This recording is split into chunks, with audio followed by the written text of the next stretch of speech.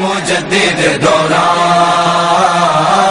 اے مجدد دوران، اہل کمال پیر اچھی قدر چومنے لگے، منظر مراقبے میں کئی گھومنے لگے،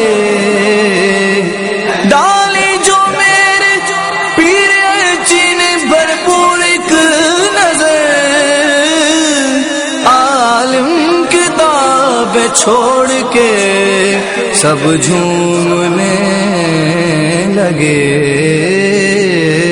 اے مجدد دوران، اے مجدد دوران، اے مجدد دوران، اے مجدد دوران۔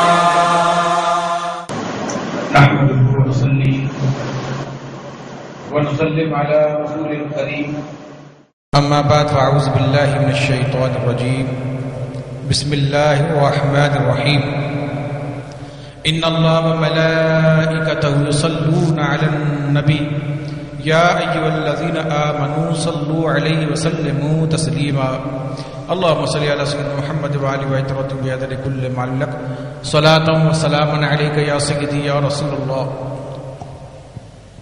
امام ربانی حضرت مجدد الثانی شیخ فاروقی سرہندی رحمۃ اللہ علیہ، مکتوب نمبر 90، امام ربانی مکتوبات امام ربانی کے اندر مکتوب نمبر 90 جلد اول، آپ رحمۃ اللہ علیہ نے اپنی زندگی میں خطوط لکھے اپنے خلفاء کو، اپنے چارے دور دراز سے، ہندوستان کے قرب و جوار دور دراز اور افغانستان کی طرف آپ کے خلفاء نے وہ مکتوب خطوط جمع کر لیے، جس کی آج 3 جلدیں 500 برس یہ پہلے خطوط لکھے گئے، کیونکہ آپ 500 برس پہلے پردہ فرما گئے، ان کو گزرے ہوئے 500 برس ہو گئے، مگر ان کی کتاب المکتوبات امام ربانی خطوط جمع ہو گئے 3 جلدوں میں، اس کی ایک جلد میرے ہاتھ میں، جلد اول مکتوب نمبر 90۔ آپ رحمۃ اللہ علیہ فرماتے ہیں، خط لکھتے ہیں خواجہ قاسم کی طرف، فرماتے ہیں حضرت حق سبحانہ و تعالی اس کمینی دنیا کو آپ کی نظر میں خوار اور بے اعتبار کر دے، اور آخرت کے حسن و جمال کو آئینہ باطن میں آراستہ و مزین کر دے، بے حرمت سید بشر جو نظر کی کجی سے پاک و طاہر تھے صلی اللہ تعالی علیہ وسلم۔ آپ کی نصیحت فرماتے ہیں کہ یہ دنیا جو تمہارے سامنے بہت ہی زبردست اور خوبصورت اور تر و تازہ نظر آتی ہے، اللہ تعالیٰ ایسا کرتا ہے کہ اس کی حقیقت تمہیں نظر آ جائے تو اس کو سمجھ لو۔ اس کے لیے بزرگان دین ایک بڑی اچھی مثال دیتے ہیں، فرماتے ہیں دنیا کی مثال، اس کا اندر کیا ہے اور اوپر کیا ہے، جو ہمیں نظر آتا ہے وہ کیا ہے، اس کے اندر کیا ہے۔ ایک تشت ہو جس کے اندر جتنی بھی گندگی، دنیا کی گندگی جتنی بھی گندگی وہ رکھ دی جائے، اس تشت کو بھر دیا جائے، اور اس کے اوپر انسان کا ٹوائلٹ بھر دیا جائے، اس کے اوپر چاندی کے ورق لگا دیے جائے، ایک ذرہ سوئی برابر جگہ نہ چھوڑی جائے، سارے ورق لگا دیے جائیں، اور تشت بھی سونے کا ہو، سونے کا تشت میں گندگی ڈال کر اوپر چاندی کے ورق لگا دیے جائیں، وہ دور رکھ دیا جائے۔ تو اب جو چیز آپ کو نظر آ رہی ہے وہ دنیا ہے، جو چیز آپ کو نظر آ رہی ہے وہ کیا ہے۔ اب آپ دیکھیں نا، جب ایسی چیز کسی کو معلوم نہ ہو رکھ دی جائے تو بار بار اس کو دیکھے گا نہیں دیکھے گا، کسی آدمی کو یہ بات علم میں نہ لائی جائے اور ایسی چیز دور رکھ دی تاکہ بدبو بنائے اس کی، وہ دور سے بار بار کہاں دیکھے گا، اسی کو دیکھے گا، اس کو چاندی کے ورق نظر آئے گا، اور سونے کا تشت چمک کی وجہ سے اپنا کھینچے گا، چاندی کے ورق انسان کے پتہ نہیں کیسا حلوہ ہوگا، کیا چیز ہوگی اندر، کیا کھانا ہوگا، بس میرے ہاتھ میں آئے اور میں کھاؤں، اس کو میرے ہاتھ میں آ جائے اور اس کو میں کھاؤں، تو بس جو چیز دکھ رہی ہے دنیا ہے، اور اس کے اندر جو ہے یہ دنیا کی حقیقت ہے۔ جب تو اس کے اندر ہاتھ مارے گا تو کیا ہوگا، گندگی۔ تو آپ نے کئی دفعہ زندگی میں چوٹیں اور اس طرح کھائی ہوگی، جب آپ نے اس کے اندر ہاتھ مارا ہوگا یا اس طرف کیا ہوگا تو آپ کو خواری اور پریشانی اٹھانی پڑے گی۔ تو لہٰذا دنیا سے مراد کیا ہے، دنیا سے مراد جو چیز تجھے اللہ کے ذکر سے روکے، جو اللہ کی طرف آنے سے روکے، وہ دنیا ہے۔ دنیا سے مراد کیا ہے، جو چیز تجھے اللہ کی یاد سے روکے، اللہ کے ذکر سے روکے، نماز سے روکے، اور آخرت کے کاموں سے، آخرت کی تیاری سے روکے، وہ چیز دنیا ہے۔ وہ تمہاری بیوی بھی ہو سکتی ہے، تمہارا بچہ بھی ہو سکتا ہے، تمہاری گرل فرینڈ بھی ہو سکتی ہے، تمہارے محلات اور بنگلے بھی ہو سکتے ہیں، تمہارا جھونپڑا بھی ہو سکتا ہے، تمہارا دوست بھی ہو سکتا ہے، تمہارے پلاٹ بھی ہو سکتے ہیں، کوئی چیز بھی، تمہارا لباس اور خاندان بھی ہو سکتا ہے. جو بھی تجھے اللہ سے روکے اور جو چیز نہ روکے وہ دنیا نہیں. جو روکے، مثال طور پر ایک شخص بنگلے میں رہتا ہے، اس کے پاس کار ہے، اچھے سے کھانا کھاتا ہے، اچھے لباس پہنتا ہے، مگر نماز پڑھتا ہے، حلال اور حرام کی تمیز ہے، حلال پہ چلتا ہے، حرام سے بچتا ہے، اس کے لیے یہ بنگلہ کوئی نقصان دہ نہیں، یہ اچھا لباس کوئی نقصان دہ نہیں، یہ گاڑی اس کے لیے کوئی نقصان دہ نہیں. اس کو اللہ کے ذکر سے نہیں روکتی، اس کو اللہ کے ذکر سے نہیں روکتی، تو یہ چیز اس کے لیے نقصان دہ نہیں. کیونکہ اگر مال سرے سے نقصان دہ ہے تو پھر حضرت عثمان غنی رضی اللہ عنہ کا کتنا مال تھا، آپ دیکھیں حضرت عبد الرحمن بن عوف رضی اللہ عنہ کا کتنا مال تھا. تو مال کی کثرت جو ہے وہ نقصان دہ نہیں، اس کا استعمال دیکھا جائے کہاں کرتا ہے، کس جگہ کرتا ہے. جو چیز تجھے اللہ کے ذکر سے روکے، ایک جھونپڑے میں تو رہتا ہے، اس میں کیبل لگا کے تو سارے کیبل دیکھتا ہے، وہ جھونپڑا ہی تیرے لیے نقصان دہ بن جائے گا، وہی رکاوٹ بن جائے گا، تو اللہ کی ذکر، اللہ کی یاد کی طرف نہیں آ سکے گا. تو لہٰذا دنیا سے مراد جو چیز تجھے اللہ کے ذکر سے روکے، نماز سے روکے، مرشد کی طرف آنے سے روکے اور آخرت کی تیاری سے روکے، وہ دنیا ہے. اور وہ دنیا کیسی ہے بتایا، وہ تمہیں دکھے گی کیسے؟ وہ دنیا ہے، دکھے گی کیسے؟ مثال کے طور پر ایک گرل فرینڈ کسی نے رکھی ہے، تو جس نے جب بھی رکھی ہوگی آپ دیکھ لیں کہ وہ نماز نہ پڑھ سکے گا، وہ اللہ کے ذکر کی طرف نہیں آ سکے گا، وہ مرشد کی طرف نہیں آ سکے گا، وہ آخرت کی تیاری بھول جائے گا. کیا ہوگا؟ اس کو وہ تشت اور چاندی کے ورق جیسے اتنے ایسے وہ اس کا چہرہ دکھے گا، اس کا لباس دکھے گا، اس میں کھو جائے گا، کہے گا بس یہی ہے. اور جس دن اس کے اندر ہاتھ ڈالے گا، جو حال وہ گندگی میں ڈالنے سے ہوا وہی اس کا ہوگا، پھر اس کو پتہ پڑے گا ہاں بیٹا کیا ہوا. تو اس لیے فرماتے ہیں جو چیز تجھے اللہ کے ذکر سے روکے وہ دنیا ہے. اور دعا دیتے ہیں کہ اللہ تعالیٰ تجھے اس دنیا کو تیری نظر سے خوار کر دے اور اس کی حقیقت تجھے دکھ جائے. جو سامنے چہرہ دیکھ رہا ہے اس کی حقیقت تجھے دکھ جائے، تو سمجھ جائے اس کو، اور آخرت کے حسن و جمال کو آئینہ باطن میں آراستہ وجہ کر دے. اور جو آخرت جس کو تو بہت دور سمجھتا ہے اور کس سے کہانیاں سمجھتا ہے یا ہاں کرتا ہے لیکن حقیقت میں اس کو دل میں نہیں لیتا، فرمایا اس کی اللہ نے اس کو مزین کیا ہے، جو بنایا ہے، اس کی حقیقت کو تیرے اندر تو اس کو سمجھ جائے، اس کے اندر تو سمجھ جائے کہ جو چیز تیرے تصور میں آتی ہے وہ جنت نہیں ہے. یاد رکھنا، جو چیز انسان کے تصور میں آئے، جتنا بھی کوشش کر لے، جتنی بھی زور لگا لے، جو تصور میں چیز بنے وہ جنت نہیں ہے، کیونکہ وہ تصور میں نہیں آ سکتی انسان کے. جو چیز تصور میں آ جائے وہ جنت نہیں ہے. جنت کو اللہ نے آخرت کو کیا بنایا ہے یہ انسان کی سمجھ سے باہر. تو اس لیے دنیا میں ایسی جگہ سے، اس دنیا سے سبق، اور یہ دنیا ہر گناہ کی جڑ ہے، اور جڑ جب ہوگی تو درخت بنے گا، درخت جڑ ہی نہیں ہوگی درخت کبھی نہیں بنے گا. دنیا کی محبت ہر گناہ کی جڑ ہے. باقی جتنے گناہ ہیں وہ پودے، درخت، پٹینیاں، پتے اوپر ہیں، جڑ دنیا کی محبت. جس کو دنیا سے محبت ہوگی بہت زیادہ وہ ہر گناہ کر بیٹھے گا. پھر آگے فرماتے ہیں آپ کا التفات نامہ گرامی معزز ہدیوں کے ساتھ موصول ہوا اور آپ نے کرم نوازی فرمائی. جزاکم اللہ سبحانہ و خیر الجزا. آپ فرماتے ہیں کہ اس شخص نے خط کے ساتھ مال بھیجا، ہدیہ کہتے ہیں تحفے بھیجے. آپ نے فرمایا موصول ہوئے، آپ نے کرم نوازی فرمائی. اس کا مطلب ہے کہ تحفے دینا بزرگوں کو یہ تاریخ سے چلا آ رہا ہے، بلکہ صحابہ کرام کی سنت ہے کہ وہ نبی کریم علیہ السلام کے پاس تحفے کے ساتھ حاضر ہوا کرتے تھے اور آپ دربار میں تحفے پیش کیا کرتے تھے. تحفہ دینا سنت رسول اور محبت میں اضافے کا ذریعہ ہے. لہذا بزرگوں کے دربار میں تحفہ خواہ مال کی شکل میں دیں یا کسی شکل میں بھی وہ ہدیہ ہے، اور ہدیہ وصول کرنا سنت صحابہ ہے اور پچھلے سلف و صالحین کا طریقہ ہے. تو اس لیے اس پر بات جاہل لوگوں کے دلوں میں خیال گزرے تو یہ ان کی جاہلیت کی بات ہے، یہ اسلام کی بات نہیں. اسلام میں تحفہ دینا سنت ہے صحابہ کی، اور یہ بلکہ نبی کے سے تحفے دیے، تحفہ دینا نبی کا علیہ السلام کی سنت مبارکہ ہے، اور اس سے محبت میں اضافہ ہوتا ہے. تحفے کی شکل کوئی بھی ہو، کوئی بھی جائز حلال چیز آپ دے سکتے ہیں، عطر دیتے ہیں، لباس دیتے ہیں، نوٹ دیتے ہیں، مرضی آپ جو بھی چیز دیں جائز حلال چیز وہ تحفے میں آئے گی. تو آگے فرماتے ہیں، اور اس موقع پر ایک بہت سے لوگ ہمارے، کیونکہ ہمارے پاس لوگ نظرانے کے طور پہ حاضر ہوتے ہیں، لوگوں کی ایک نظر ہوتی ہے، خیال گزرتا ہے، جاہل لوگ ہوتے ہیں، انہوں نے 6 کلمے بھی یاد نہیں کیے تو اس پہ سوچتے ہیں، غور کرتے ہیں. تو کتابیں کیا پڑھی ہوں گی؟ ایک کتاب ہے عوارف المعارف میں حوالہ دے دوں، اس کا پورا ایک باب ہے، میں نے بہت پہلے اس پر درس بھی دیا تھا. شہاب الدین سہروردی رحمۃ اللہ علیہ، شہاب الدین سہروردی رحمۃ اللہ علیہ نے بہت ساری کتابیں لکھی. کون سے شہاب الدین سہروردی؟ جن کے سینے میں سید شیخ عبد القادر جیلانی رحمۃ اللہ نے ہاتھ پھیرا تھا، بچپن میں لایا تھا ان کو. ان کے چچا نجیب الدین القائر سہروردی رحمۃ اللہ علیہ، ان کے چچا تھے، ان کے مرشد بھی تھے، اور وہ ہم اثر ولی تھے، سید شیخ عبد القادر جیلانی کے دوست تھے، اور ان کے ہم اثر یعنی ان کے زمانے کے ولی تھے. وہ حضور غوث پاک کی صحبت میں حاضر ہوا کرتے تھے. ایک دن اپنے بچے جنہیں شہاب سہروردی چھوٹے تھے عمر کے اعتبار سے، ساتھ لے آئے. عرض کیا حضور یہ علم الکلام میں بہت زیادہ میرا بھتیجا جو ہے شوق رکھتا ہے، آپ اس پہ نگاہ فرما. آپ نے اس کے سینے پہ ہاتھ پھیرا، وہ علم ان سے بھول گیا اور آپ نے علم معرفت اس کے سینے میں ڈال دیا.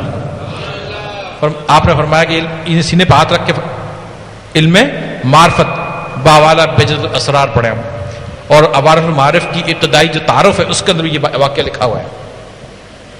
تو سینے پہ ہاتھ پھیرنا کیا ہوتا ہے؟ بہت سے لوگ کیا ہوتا ہے یہ آپ پڑھے نا، انہوں نے سینے پہ ہاتھ پھیرا، کچھ ہوا نہیں ہوا. شہاب الدین سہروردی بنے نہیں بنے.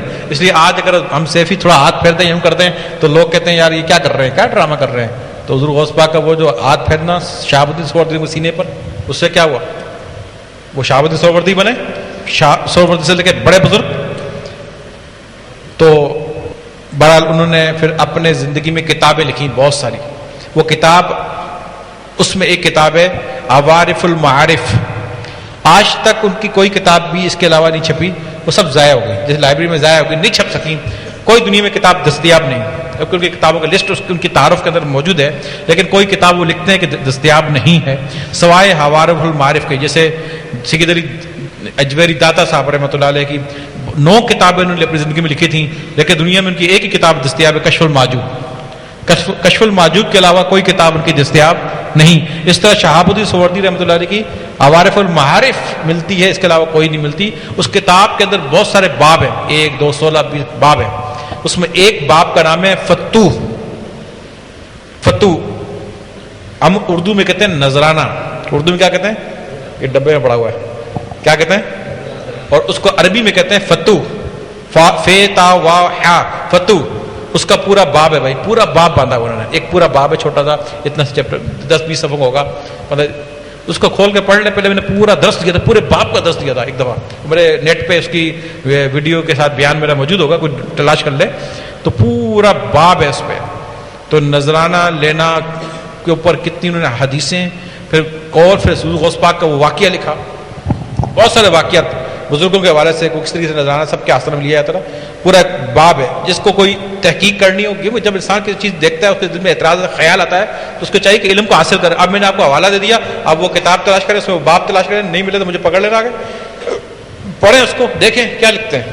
فتوح، فتوح کہتے ہیں، فتوح کے معنی نذرانہ، نذرانے کو عربی میں فتوح کہتے ہیں.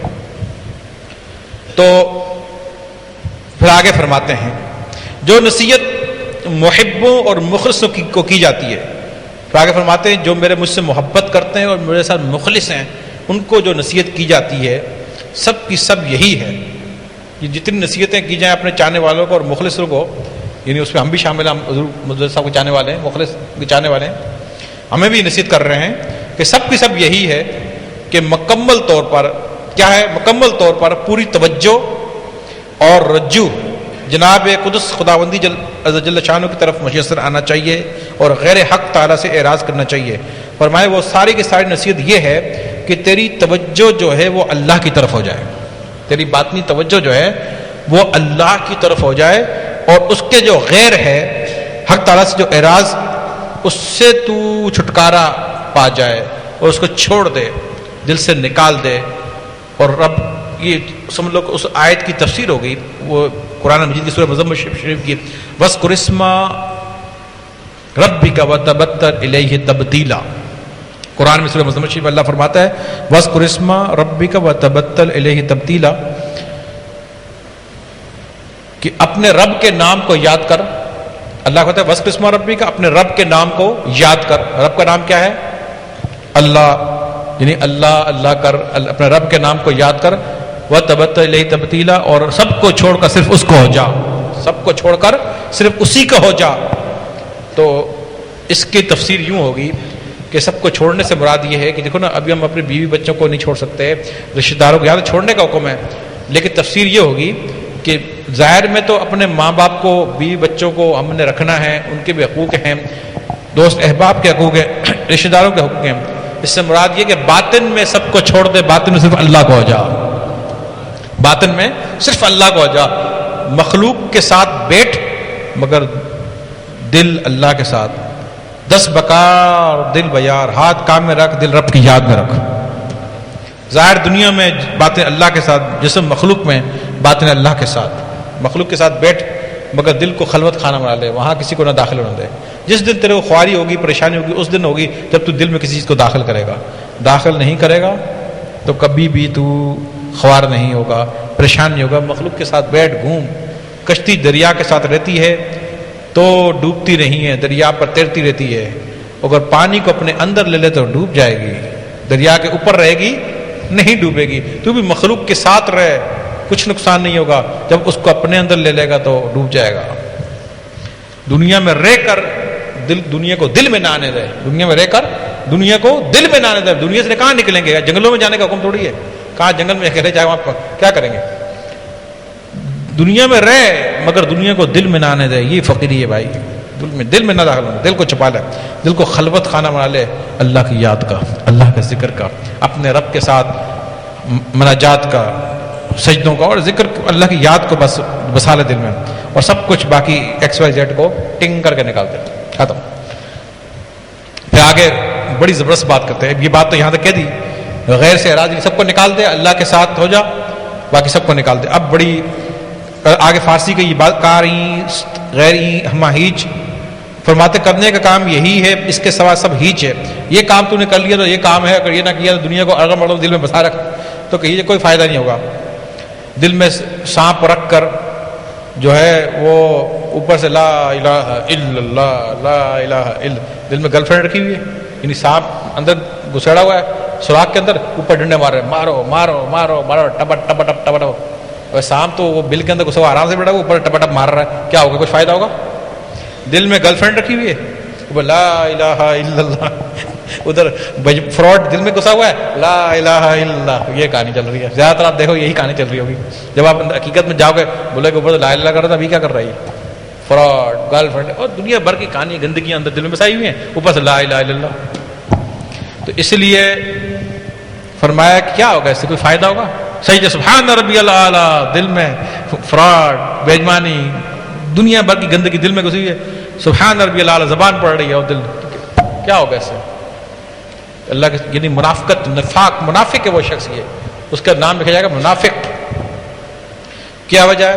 کہ اس کی وجہ یہ کہ اللہ فرماتا ہے میں تمہارے ظاہر کو نہیں دیکھتا، تمہاری آنکھوں کو، چہرے کو۔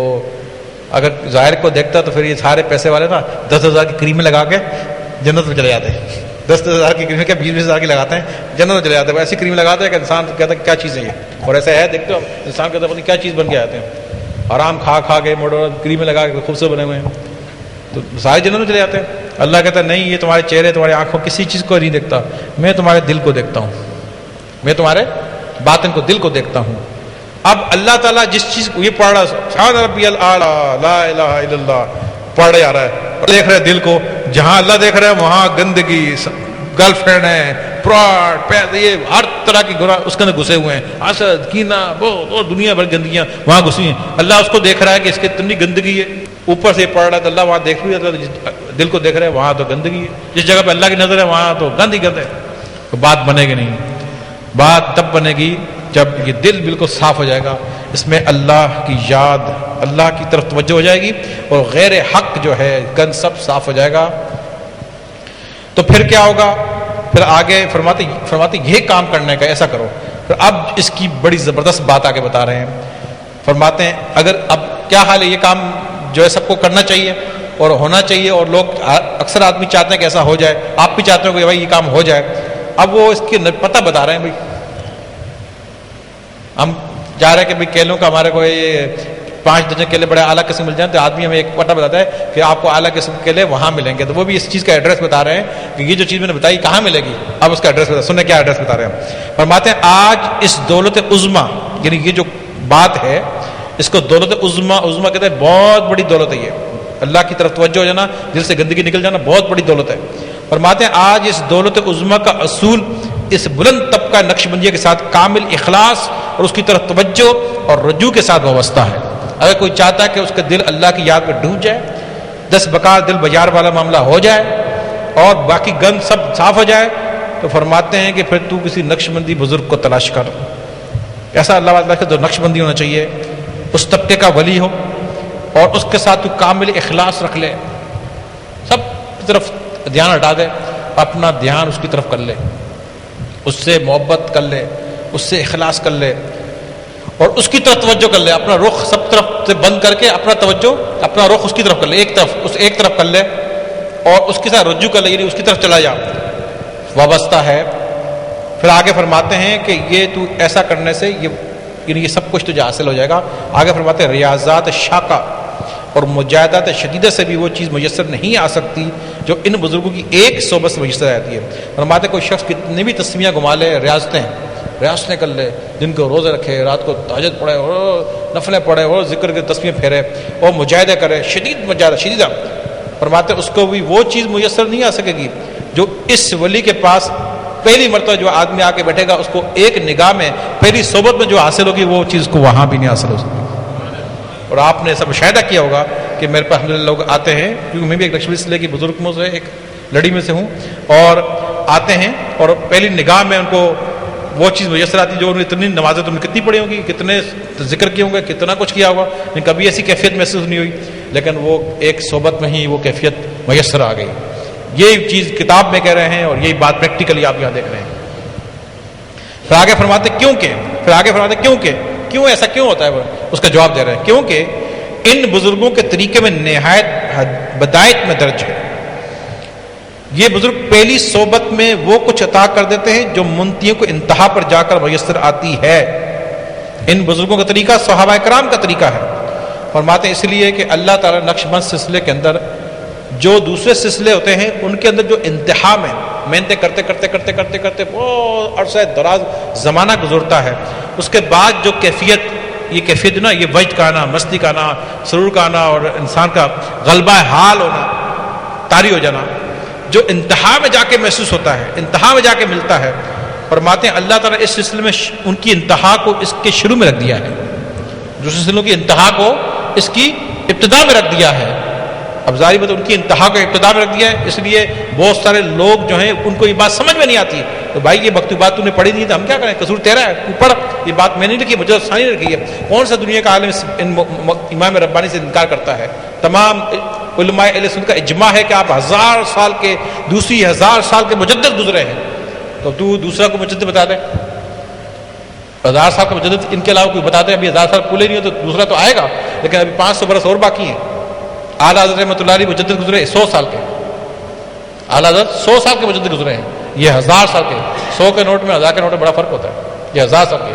اور اعلیٰ حضرت نے فتویٰ رضویہ کے اندر 30ویں جلد کے اندر ان کو فرمایا وہ بڑے عالم ہیں، ان کے یہ مکتوبات کا پوچھا یہ کیسی ہیں، فرمایا وہ تو بہت بڑے عالم ہیں، 30ویں جلد پڑھا فتویٰ رضویہ میں، ان کے اتنے بڑے عالم تھے، ان کی بات ٹھوس اور مضبوط اور دلائل کے زیادہ بہترین بات ہے۔ وہ سمجھاتے ہیں کہ اللہ تعالیٰ نے رکھ دیا ہے، کیونکہ ابوبکر صدیق کا سلسلہ ہے، ابوبکر رضی اللہ تعالیٰ کا سلسلہ ہے، مجاہدوں اور ریاستوں کا نہیں، نگاہ کا سلسلہ ہے۔ اس لیے فرمایا عمر تیری ساری زندگی کی نیکیاں ابوبکر کی ایک نیکی کے برابر ہے کہ نہیں حدیث؟ اے عمر تیری ساری زندگی کی نیکیاں ایک طرف اور ابوبکر کی ایک نیکی کے برابر ہے، تو بتاؤ اس شخصیت کا مقام و مرتبہ، تو اس کا سلسلہ اونچا نہیں ہوگا تو کیا ہوگا بھائی؟ تب عمر فاروق کی جو خلیفہ دوم ہے، اس کا مطلب ہے کہ عمر کے بعد ابوبکر صدیق رضی اللہ کے بعد اگر کوئی افضل ترین شخصیت ہیں جن کے متعلق نبی علیہ السلام نے ارشاد فرمایا میرے بعد اگر کوئی نبی ہوتا تو وہ عمر ہوتے، ان کی ہستی، ان کی شخصیت جس کو انگریز اور کافر بھی مانتے ہیں کہ اگر وہ 12 سال اور 12 سال کی حکومت، فرمایا 12 سال اگر اور لگاتے تو دنیا میں کافر کوئی نہ ملتا، دنیا میں کافر ایک بھی نہ ملتا، سب کو مار کر اسلام طرف لے آتے یا ختم کر دیتے یا سب مسلمان کر دیتے ان کو. وہ عمر تو جن کی فضائل سے کتابیں حدیثیں بھری پڑی ہیں, تو لیکن فرمایا عمر تیری ساری نیکیاں زندگی کی ایک طرف ابوبکر کی ایک نیکی کے برابر ہیں, ایک نیکی کے برابر ہیں. تو اسی لیے ابوبکر صدیق کی ذات مبارکہ بعد انبیاء کے بعد افضل بشر ہے, اور ان کا سلسلہ بھی افضل ترین سلسلہ ہے کہ اللہ تبارک و تعالی جب شخصیت افضل ہے تو سلسلہ بھی افضل ہوگا. اس لیے آپ نے فرمایا کہ اس سلسلے کی خصوصیت یہ ہے کہ جو چیز دوسرے بزرگوں کو قادری, چشتی, سہروردی اور جتنے بھی سلسلے صابری, نظامی, جو بھی سلسلے ہیں, ان کی انتہا میں جا کے جو کیفیت ملے گی, یہ مستی حال. اگر کوئی بیوقوف یہ مستی حال یہاں پر آ کر تو یہ کہتا ہے کہ تجھے سمجھ نہیں آتی تو تو جاہل ہے تو ہم کیا کریں؟ تم نے کتاب پڑھ, تو بیجت اسرار پڑھ, اس میں دیکھ کہ غوث پاک کر دیا کہ محفل میں کیا ہوتا تھا, کپڑے پھٹتے تھے, جنازے اٹھتے تھے, لوگ بے ہوش ہوتے تھے, چپنا چھوڑ کے بھاگتے تھے, جنگلوں میں جاتے تھے. تو پڑھ کتاب بیجت اسرار جو بکتی ہے مکتبہ میں, اسے پڑھ. بھائی تو نہیں پڑھے تو ہم کیا کریں؟ اگر نہیں پڑھے کشف الماجو پڑھ لے, اس کے اندر پورا ایک چیپٹر ہے. کشف الماجو کتاب ہے ناسخید, اس چیپٹر کے اندر یعنی باب ہے اس کے اندر بھی, اس کے اندر آخری سب سے آخری باب سے اوپر والا جو باب ہے 2-3, اس میں لکھا ہوا ہے کپڑوں کا پھاڑنا. اس باب کا نام کیا ہے؟ کپڑے پھاڑنا. کپڑے پھاڑنا, اس کے باب کا نام ہی کپڑے پھاڑنا ہے. تو کشف الماجو پڑھ, تو نہیں پڑھی تو ہم کیا کریں؟ پڑھ جا کے, آج نہیں ملے کل مجھے پکڑا پھر صاحب نے کہا تھا ہمیں تو نہیں ملی, پڑھ جا کر. اس کپڑے پھاڑنے کے باب ہی نام ہی کپڑے پھاڑنا رکھا ہے کہ صوفی کپڑے پھاڑتے ہیں, اتنے حال مست ہو جاتے ہیں کپڑے پھاڑ دیتے ہیں. اور اس کو دیکھو کیا لکھا ہے. تو وہ اب دادا صاحب کون تھے؟ قاضی سے لے کے بزرگ تھے نا, سید تھے اور قاضی تھے. بڑے حضور غوث پاک سے وہ پہلے کے قاضی کے لفظ سے لکھا تو حضور غوث پاک سے پہلے کے وہ بزرگ گزرے ہیں, ان سے بھی پہلے کے بزرگ ہیں وہ تاریخ میں. تو اور وہ علی رضی اللہ کے سلسلے سے آتے ہیں, تو اس لیے وہ سلسلہ ہے علوی امیریہ سلسلہ ہے. تو کپڑے ہر سلسلے میں پھٹتے ہیں, وجد و مستی اور حال ہر سلسلے میں ہے, مگر ان میں انتہا میں جا کر ہے, آخر میں جا کر ہے. پڑھتے روزے رکھتے اور بڑی مجاہدہ اور ریاضت ہے. ان سلسلے میں مجاہدہ اور ریاضت ہے. مجاہدہ اور ریاضت جو اس سلسلے میں نہیں کرے گا وہ کامیاب نہیں ہوگا. نفلیں ہیں, ریاضتیں ہیں, مجاہدے ہیں, بہت محنت کرنی پڑے گی بھائی. بہت محنت کے بعد جا کر پھر کیفیت شروع ہو جائے گی, پھر آخر میں جا کے کیفیت شروع ہو جائے گی. فرمایا اس سلسلے میں, فرمایا اس سلسلے میں کوئی ریاضت اور مجاہدہ نہیں ہے. آ کے بیٹھے گا, مرشد نے نگاہ ڈالی تو کرنٹ شروع ہو جائے گا. اب وہ لوگ انکار کرتے ہیں, کہتے ہیں یار کمال ہے, ہم تو 5 سال تسمیہ گھما رہے ہیں, ہمیں تو کچھ نہیں ہوا. ان کو دیکھو گیا اور اچھل رہا ہے, کود رہا ہے, اور یہ ڈونگ ہے, یہ بکواس ہے, یہ ایسی باتیں کرتے ہیں. جاہل لوگ ہیں. یا تو ان کے تعصب ہے, 2 باتیں ہو سکتی ہیں. یا تو تعصب ہے, تعصب کی بنا پر انسان بات کر جاتا ہے, علم تو ہے لیکن تعصب ہے. یا پھر جاہل ہے, کتابیں نہیں پڑھی تو کتابیں پڑھ. تو اگر تو جاہلیت کی بنا پر یہ بات کر رہا ہے تو کتابیں پڑھ لے, میں نے حوالے دی, اور بھی کتابیں بہت ساری ہیں. اور اگر تعصب کی بنا پہ کر رہا ہے تو اس کا علاج میرے پاس نہیں, کیونکہ شیطان کا علاج بھی آج تک نہیں ہوا. تعصب جیسے آدم السلام سے وہ خراب ہو گیا, اس کا علاج آج تک نہیں ہوا, تو تیرا علاج بھی مشکل ہے. اگر جاہلیت کی بات ہے تو کتابیں پڑھ لے. تو کچھ 2 کتابوں کا حوالہ دے دیا میں نے. تو فرماتے ہیں یہ بزرگ پہلی صحبت میں, کیا صحبت ہے, پہلی صحبت میں وہ کچھ دیتے ہیں جو منتہیوں کے انتہا میں جا کر ان کو منتہا میں جا کر میسر تو پہلی صحبت دیتے ہیں. اور ان بزرگوں کا طریقہ صحابہ کرام کا طریقہ ہے. کیوں صحابہ کرام کا طریقہ ہے؟ اس لیے کہ صحابہ کرام بھی نبی علیہ السلام کی جب دیدار کے لیے جاتے تھے, جو پہلی مرتبہ گیا, ایک نگاہ حضور کی پڑی, دیدار ہوا, صحابی بن گیا. ایک نگاہ سے کیا بن گیا؟ صحابی بن گیا. پہلی نگاہ سے صحابی بنا, یعنی کہ 10 نگاہ کرنے کے بعد یا 1000 کے بعد یا سال گزرنے کے بعد صحابی بنا, نہیں. ایک نگاہ جو پہلی پڑی وہ بن گیا صحابی. ساری دنیا کے ولی اگر مل جائیں اور مل کے چاہیں تو اس ایک شخص کا مقام و مرتبہ پانے جس پر حضور کی ایک نظر یا اس نے دیدار کیا, ایک نگاہ, تو وہ مقام مل کر بھی نہیں پا سکتے. بتاؤ, وہ نمازیں پڑھنے سے ملا, حج کرنے سے ملا, جہاد کرنے سے ملا, کوئی نفلیں پڑھنے سے ملا, تسبیح گھمانے سے ملا؟ نہیں, نگاہ سے ملا. حضور کی نگاہ سے صحابی بنا. تو فرمایا یہ صحابہ کرام کا طریقہ ہے. اس میں بھی جو شخص آئے گا اس مرشد کے اندر وہ شروع سے اللہ نے رکھ دیا ہے, وہ نگاہ ڈالے گا اور مرتبے ملنا شروع ہو جائیں گے. نمازیں تو چل دیں گی سب، پھر داڑیاں بھی آئیں گی، پھر امامے بھی آئیں گے، جب اندر مال آئے گا تو باہر بھی، جب اندر دل صاف ہو جائے گا، اندر دل میں مال آ جائے گا، داڑھی بھی آئے گی، امامہ بھی آئے گا، سب کچھ ہوگا. کہ جو صحابی بنا اس کے پاس وہ تلوار بھی چلائی، اسے داڑھی بھی رکھی، تو سب کچھ اس نے پھر جہاد بھی کیے، اسے نمازیں پڑھی، اسے تہجد بھی پڑھے، تسبیح پڑھی، سب کچھ کیا، اللہ کا ذکر کیا. لیکن صحابی اس سے نہیں بنا، صحابی نگاہ سے بنا. تو نگاہ پڑتے ہی جب دل میں صفائی آئی تو معاملہ بن گیا، اللہ نے قبول کر لیا، باقی سارے معاملات سے چلتے رہتے. یہ طریقہ، یہ وہ سلسلہ ہے، اس کی نشاندہی کر رہے ہیں امام ربانی مجدد ثانی رحمۃ اللہ علیہ کہ صحابہ کرام کو خیر البشر علیہ وعلیہم صلاۃ و تسلیمات کی اول صحبت میں وہ کمالات میسر آ گئے جو اولیاء امت کو نہایت پر پہنچ کر بھی شاید ہی میسر ہوں. کہ ایک نگاہ میں حضور کی فرماتے ہیں جو کمالات میسر آئے اس شخص کو جس نے ملاقات کی، وہ اولیاء کرام کو وہ چیز میسر نہیں، انتہا میں جا کے میسر نہیں آ سکتی جو ایک نگاہ میں پہلی میں اس شخص کو مل گیا جو کچھ ملا. پھر آگے فرماتے ہیں اور یہ چیز نہایت کے بدایت میں درج ہونے کے طور پر ہے. یہ اس لیے ہے کہ اللہ تعالیٰ نے ان کی نہایت کو ان کی ابتدا میں رکھا ہے. اللہ نے رکھا ہے، کون کو تو حسد کرتا ہے، کوئی تعصب کرتا ہے، اللہ نے رکھا ہے. تو بھی اس آ جا نا، تو بھی دیکھ لے، تو بھی داخل ہو جا. تو تعصب کیوں کر رہا ہے، تو کیوں دل جلا رہا ہے، اس کو بھی دیکھ، یہ پھل بھی کھا رہا ہے. مجدد ثانی رحمۃ اللہ علیہ نے جو ہے وہ والد کی طرف سے آپ دیکھیں ان کا تاریخ پڑھیں، ان کی کتب میں 500 پرانے بزرگوں کی تاریخ پر لکھی ہوئی ہے. شیخ عبد الاحد چشتی سلسلے کے بہت بڑے بزرگ تھے. ان کے والد شیخ عبد الاحد جو ہیں، میں انڈیا میں گیا، سرہند کے پاس ان کے والد کا مزار ہے، سرہند میں ان کا مزار ہے، میرا الحمدللہ وہاں جانا ہوا ہے. شیخ عبد الاحد ان کے والد چشتی سلسلے کے بزرگ تھے اور سہروردی سلسلے کے بزرگ تھے. دونوں سلسلے اپنے والد سے ان کو حاصل ہوئے. اور قادری سلسلہ شاہ کمال کیتلی اور ان کے بیٹے شاہ صفی، ان کا وصال ہو. شاہ سکندر کیتلی رحمۃ اللہ علیہ جو ہیں، جو حضور غوث الاعظم کی اولاد میں سے گزرے ہیں، آل اولاد تھے. شاہ کمال کیتلی کا سورس منایا جاتا ہے انڈیا میں اور یہاں بھی منایا جاتا ہے. شاہ کمال کیتلی اور شاہ سکندر کیتلی رحمۃ اللہ علیہ، اور ان کے والد ان کے صاحبزادے کی صحبت میں رہے. اور وہ جبہ مبارک جو حضور غوث الاعظم نے رکھا تھا اپنے بیٹے شیخ عبد الرزاق، اپنے بیٹے شیخ عبد الرزاق.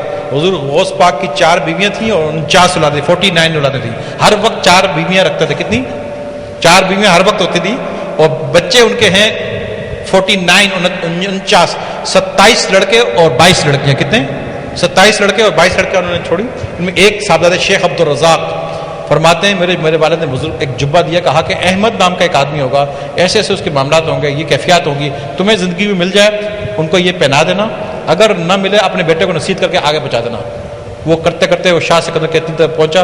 انہوں نے دیکھا کہ یہ ایک دن وہ سوچو تدبر پڑے ہوئے تھے. آپ نے پوچھا آپ کیا سوچے؟ بولے وہ ایک جبہ میرے پاس امانتاً نسلاً چلتا آ رہا ہے میرے آباء اجداد سے، اور یہ وصیت ہے، میں اس کو آپ کے متعلق دیکھتا ہوں، وہ ساری خوبیاں آپ میں دیکھ رہا ہوں. فرمایا آپ پریشان نہ ہو، میرے لیے بھیجا ہے. آپ پریشان نہ، مجھے پہلا دیں، وہ میرے لیے بھیجا ہے. تو نائب غوث الاعظم یعنی کہ مجدد الثانی رحمۃ اللہ نائب غوث الاعظم بھی ہیں، بطور نیابت ان سے فیض جاری ہے. نائب غوث کوئی جبہ بننے کے نائب بنانا، نائب غوث الاعظم بھی ہیں یہ رضی اللہ تعالیٰ عنہ. تو یہ کمالات آپ میں، تو آپ یہ فرماتے ہیں کہ یہ اللہ تعالیٰ نے کرم کیا، تو لہٰذا تو بھائی پریشان نہ ہو، تو یہ دکشمنی سلسلے میں داخل ہو جا. کیونکہ آخر میں مطلب کہ چشتی، سہروردی، پھر قادری سلسلے کے باوجود پھر آخر میں خواجہ باقی باللہ رحمۃ اللہ علیہ سے نقشبندی سلسلے میں داخل ہوئے. اور پھر ان مجدیت جو اللہ تعالیٰ نے ازل سے ان کی قسمت میں رکھی ہوئی تھی اس توجہ کے ساتھ ظاہر ہو گئی. اللہ نے قسمت میں رکھی ہوئی تھی قسمت میں لے کر آئے تھے، لیکن ظاہر خواجہ باقی باللہ کی توجہ سے ہوئی، توجہ سے وہ خزانے. تو آپ کے اندر بھی خزانے جو ہیں وہ ہیں، لیکن ظاہر ایسا نہیں ہوں گے. اللہ والی کی نگاہ چاہیے. انڈے سے بچہ نکل سکتا ہے لیکن مرغی کے بغیر نہیں. انڈے کے اندر ہی بچہ پیدا کرنے کی صلاحیت ہے، مرغی کے بغیر نہیں. مرغی کی ضرورت ہے اس کو، مرغی کے نیچے جائے گا تو بچہ باہر آ جائے گا. لہٰذا تیرے اندر بھی خزانے ہیں، مرشد کی ضرورت ہے. مرشد کے پاس جائے گا تو ظاہر ہو جائیں گے. کامل مرشد چاہیے. انڈے کو مرغی اور تجھے کامل شیخ کی ضرورت ہے، تب یہ معاملہ تجھ پر ظاہر ہوگا اور بات بن جائے گی. تو اس لیے آج میں ایک مطالعہ کر رہا تھا کتاب کا، وہ تو لمبی چوڑی باتیں ہیں لیکن 2-3 بزرگوں کے احوال. خواجہ حبیب حجمی رحمۃ اللہ علیہ، حضرت علی حسن بصری، دوسرے حضرت حبیب حجمی رحمۃ اللہ علیہ سود کا کاروبار کا، سود پہ پیسے دیتے رہے. توجہ طلب بات ہے، سود کیا کرتے رہے؟ سود پر لوگوں کو پیسے دیتے رہے. اور اتنے جھگڑالو تھے، جو بھی آ کر سر پھوڑ دیتے، جھگڑا ہوا سر پھوڑ دیتے. جھگڑا کرنا ان کی عادت تھی اور سود پہ پیسے دینا ان کی عادت تھی. اور جب اللہ کا کرم ہوا، توبہ ہوئی، حضرت حسن بصری رحمۃ اللہ کے دربار میں آ گئے، ان کی نگاہ پڑ گئی اور توبہ کی. آپ بتا دو کہ اتنے بڑے بزرگ بنے کہ ایک مرتبہ حجرے کے اندر نماز پڑھا رہے، حجمی تھے، یعنی عربی نہیں تھے، حجمی تھے. جیسے آپ پاکستانی حجمی تھے، عربی نہیں بول سکتے تھے، قرآن صحیح نہیں پڑھ سکتے تھے، اپنے حجرے میں نماز پڑھ رہے ہیں. مرشد حسن بصری وہاں سے گزرے، مغرب کا ٹائم ہو گیا، گزرے وہاں سے، تو سوچا کہ نماز مغرب کا ٹائم ہے، دیکھا ابھی نماز پڑھا رہے ہیں، تو بولا انسان پیچھے پڑھو. اندر داخل ہوئے، قرات جو کر رہے تھے وہ صحیح، مطلب جو قواعد اور ضوابط کے ساتھ صحیح نہیں کر رہے تھے، قرآن شریف صحیح نہیں پڑھنا تھا. آپ نے کہا شرعی مسئلے کی بنا پر آپ نے کہا نہیں، ان کے پیچھے نماز نہیں ہوتی، یہ تو عربی قرآن صحیح نہیں پڑھ رہا ہے. چلے گیا، نہیں پڑھی. رات کو سوئے تو حالت نیند میں اللہ کا دیدار ہوا، حالت خواب میں اللہ کا دیدار ہوا. عرض کیا مولا تیری رضا کس چیز میں ہے؟ عرض کیا مولا تیری رضا کس چیز میں ہے؟ فرمایا میری رضا کو آج تو نے پا لیا تھا مگر ضائع کر دیا. کہا کہ یا اللہ وہ کیسے؟ کہا کہ ابھی وجمی پیچھے تو نے نماز نہیں پڑھی، اس میں میری رضا تھی، تو نے ضائع کر دیا اور چھوڑ نکل گیا، اس میں میری رضا تھی. اب بتا کہ وہ سود کا کام کرتے تھے اور مطلب بدماش نہیں، جھگڑالو شخص تھے، اور مرشد کے پاس توبہ کرنے کے بعد، ذکر کرنے کے بعد کیا مقام پایا؟ اندازہ لگایا کیسا مقام پا لیا. تو ہو سکتا ہے بھائی، ہو سکتا ہے کہ تم جو مطلب ہے کہ اس طرح مالک بن دینار ان کے والد غلام تھے، غلام، اور مالک ان کے بیٹے تھے. تو یہ کیا کرتے تھے؟ ناچ گانے مست محفلیں سنتے تھے. ایک دن ناچ گانوں کی مست محفل میں بیٹھے ہوئے تھے، سب لوگ ناچتے ناچتے پیتے پلاتے سو گئے. یہ بھی لیٹے. وہ ہود سے گانے کا ایک باجا ہوتا ہے، ہود کہتے ہیں، ہود عین واو دال ہود.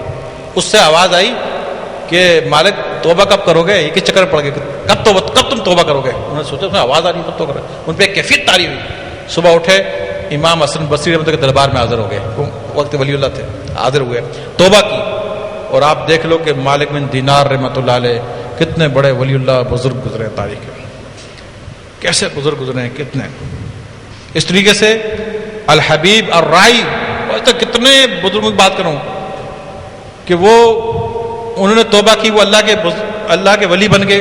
ایک شخص ان سے ملنے گیا، بکریاں چراتے تھے، اکیلے رہتے تھے دریائے فرات کے کنارے.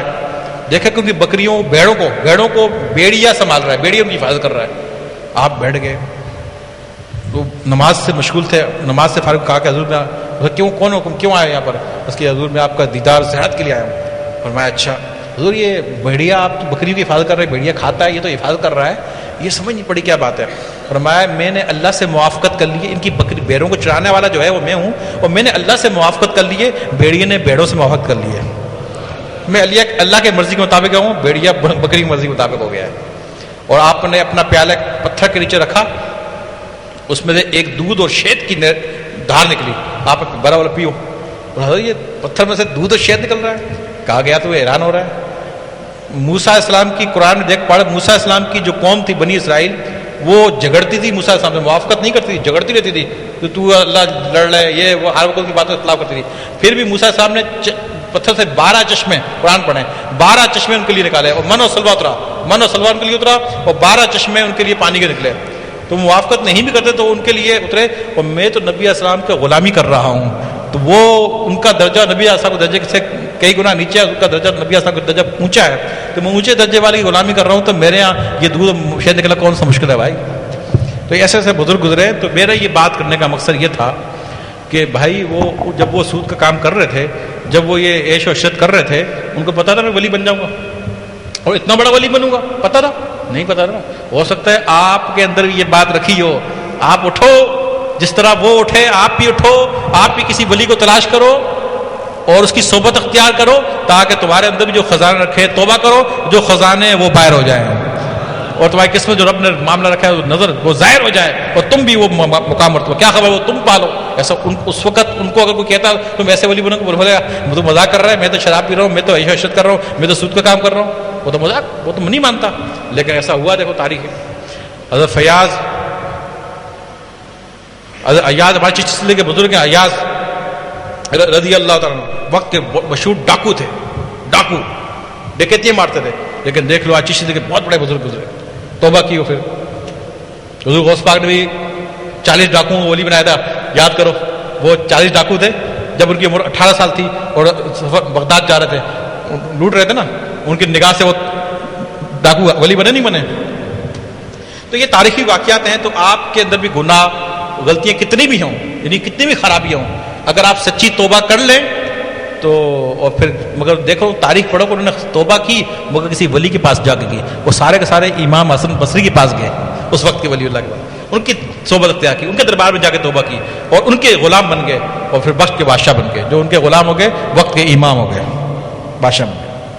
تو یہی بات یہاں پر فرما رہے ہیں کہ تمہارے اندر جو چیز ہے وہ ظاہر ہو جائے گی معاملہ, اور اللہ تعالیٰ اس سلسلے کے اگر تو اس سلسلے کے اندر آئے گا, نیکسٹ سلسلہ اختیار کرے گا, اس میں یہ فائدہ ہوگا. فائدہ ہر سلسلے کے اندر ہے, ہر چیز میں ہے, لیکن وہ چونکہ مشکلات آئیں گی تو بھاگ جائے گا. یہاں شروع میں مزہ ہے, اسٹارٹ بھی گاڑی پہلی بٹن میں اسٹارٹ ہوتی ہے, وہاں اسٹارٹ ہونے میں تھوڑا ٹائم لگے گا, ملے گا وہاں بھی خدا تو جائے, ایسی بات نہیں ہے. وہی بڑے بڑے سلسلے ہیں, بڑے بڑے شہر میں, لیکن تھوڑی سی مشکلات زیادہ ہیں, اور اس میں آج کل کمپیوٹرائز دور ہے, لہذا تو وہ صبر نہیں کر سکے گا. اس لیے یہ اسٹارٹ شارٹ کٹ راستہ چاہتا ہے. نقش بند سلسلے کے اندر آ جا, پہلی نگاہ میں ہی مستی آنا شروع ہو جائے گی تو تو مست رہے گا. پھر یہ فرماتے اس لیے کہ اللہ تعالیٰ نے ان سلسلے کی انتہا کو اس کی ابتدا میں رکھ دیا ہے, یہ وجہ ہے. تو تم پر پھر آگے نصیحت کرتے ہیں امام ربانی تم پر ان اکابر کے ساتھ محبت و عقیدت رکھنا لازم ہے, واجب ہے, لازم ہے کہ تم ان ولیوں کے ساتھ, نقش مسئلے کے ولی, ان ولیوں کے ساتھ محبت اور عقیدت رکھ لو, محبت اور عقیدت رکھو, کیونکہ اس محبت پر ہی معاملے کا دار و مدار ہے. کیونکہ تو محبت اور عشق کرے گا تو جو کچھ ملنا ہے اس وجہ سے ملے گا, تو جو محبت کرے گا. اگر تو محبت تو عشق نہیں کرے گا اس کے ساتھ, تو کتنا بھی کوشش کر لے, کتنی بھی صحبت اختیار کر لے, جو کچھ کرنا ہے کر لے, تجھے کچھ بھی نہیں ملے گا. کیونکہ سارا دار و مدار اس عشق و محبت پر ہے جو تو اس سے کرے گا. دل میں تیرے کتنی محبت ہے اس کے لیے, کتنا عشق ہے, کتنا اخلاص ہے. جو یہ چیز اگر جتنی زیادہ ہوگی اتنا زیادہ تجھے معاملہ عطا ملے گا. اگر دل میں تم نفاق رکھ کے اس کی صحبت میں بیٹھے گا تو تجھے کچھ بھی نہیں ملے گا. سب کو ملے گا جو محبت کرے گا, لیکن تجھے نہیں ملے گا, اس لیے کہ تیرا دل کے اندر محبت اس کی نہیں ہے اور خرابی ہے, اس لیے تجھے کچھ اس کی صحبت سے فائدہ حاصل نہیں ہوگا. کہ سارا دار و مدار محبت پر ہے جو تو اس سے کرے گا. پھر آگے فرماتے آپ پر اور تمام ہدایت کے پیروکاروں اور مصطفیٰ علیہ السلام کی مطابقت کرنے والوں پر رحمت و سلامتی کا ضرورت ہے. والسلام. ربنا آتنا فی الدنیا حسنۃ وفی الآخرۃ حسنۃ وقنا عذاب النار. وآخر دعوانا الحمد للہ رب العالمین. مجدد دوران, اے مجدد دوران, اہل کمال پیر جی قدر چومنے لگے, منظر مراقبے میں کئی گھومنے لگے. ڈالی جو میرے پیر جی نے بھرپور ایک نظر, عالم کتاب چھوڑ کے سب جھومنے لگے. اے مجدد دوران, اے مجدد دوران, اے مجدد دوران, اے مجدد